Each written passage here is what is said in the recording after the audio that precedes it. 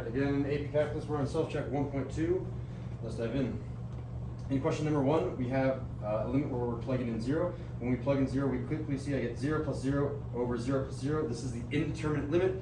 Every time you have the indeterminate limit, you guys all shout out. Cancel, plug in. All right, so let's factor the top. When I factor the top, I can factor out an x squared, leaving me with a 3x squared plus 2.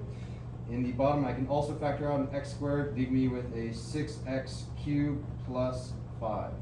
All right, I factored. I'm going to cancel out the x squared, and I'm going to plug in 0 yet again. 0 is being plugged in for this x and this x, meaning that this term and this term are gone, leaving with 2/5.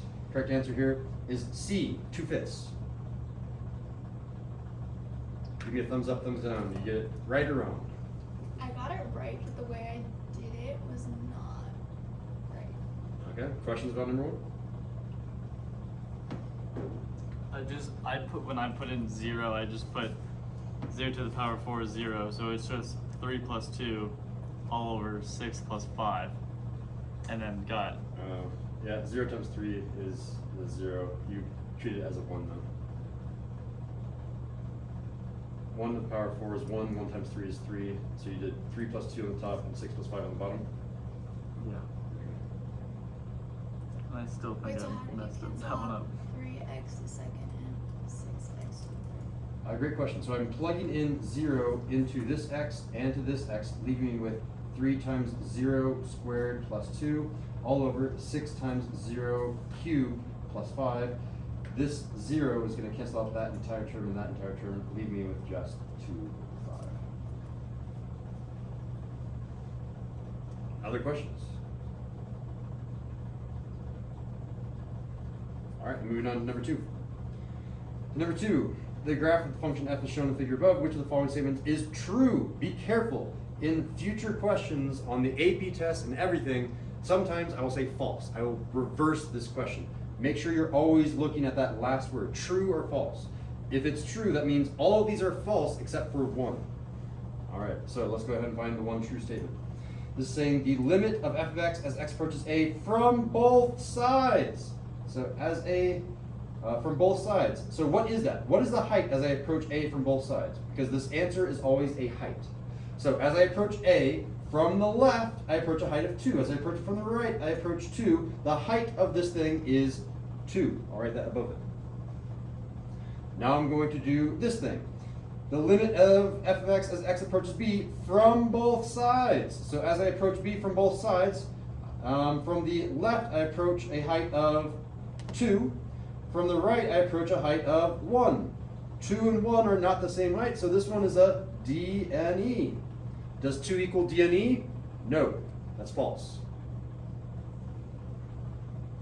Moving on to b. This says the limit of f of x as x approaches a from both sides, and hey, don't we have that?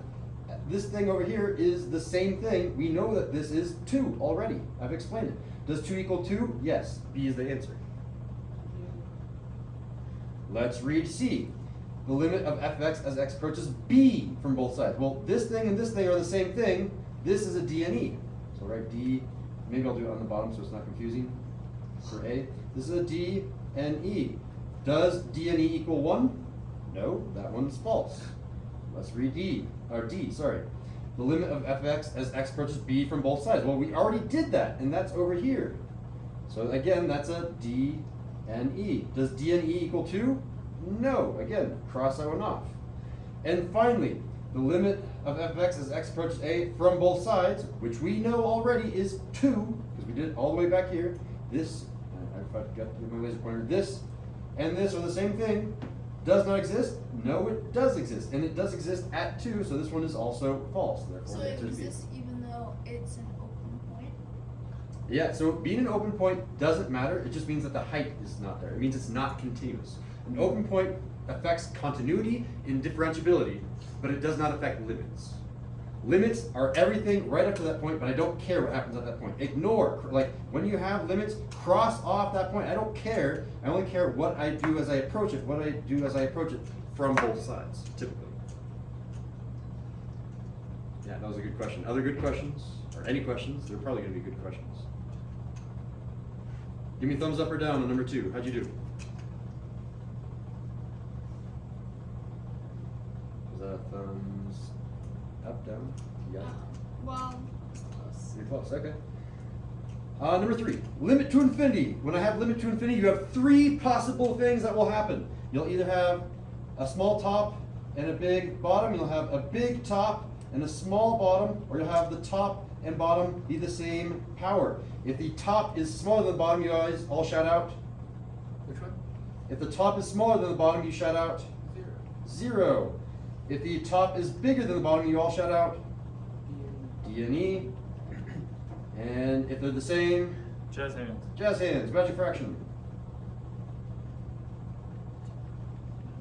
Excellent. So we don't have to multiply anything. We simply look at the largest power. There's the largest power. There's the largest power. Cross off everything else. Then we check the powers. Are they the same? Are they different? They're definitely different. The top is smaller. If the top is smaller, the answer is 0. Answer over here is D. I forgot that part. All right, thumbs up, thumbs down for number 3. Giorgio, thumbs up, thumbs down. Okay, there we go. Let's move on to number 4.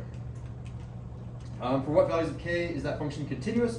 Well, we're going to assume that it's continuous at 5, which means that the left and the right and the height and the left are the same piece. You have to assume that the continuity test passes. The continuity test, as our speed sheet has told us over and over again, the left limit is equal to the right limit is equal to the height. But because my height and my left limit are the same thing, because I have a less than and an equal to in this one sign, I'm going to ignore the height and just say the left and the right are equal to each other. I'm going to say that 2x squared minus 5x minus 4 is equal to the right piece, this kx squared plus x. And then I'm going to plug in my suspect point into the x, into the x, into the x, and into the x.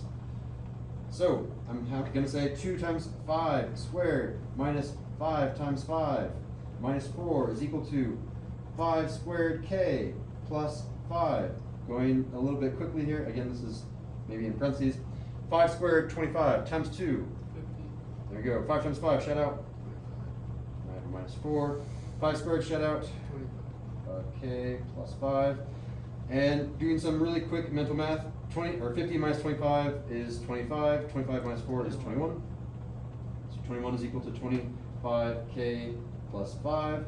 And then I'm going to subtract 5 on both sides, and this is going to be 16 is equal to 25k. And then divide both sides by 25, and I get, k is equal to 16 over 25.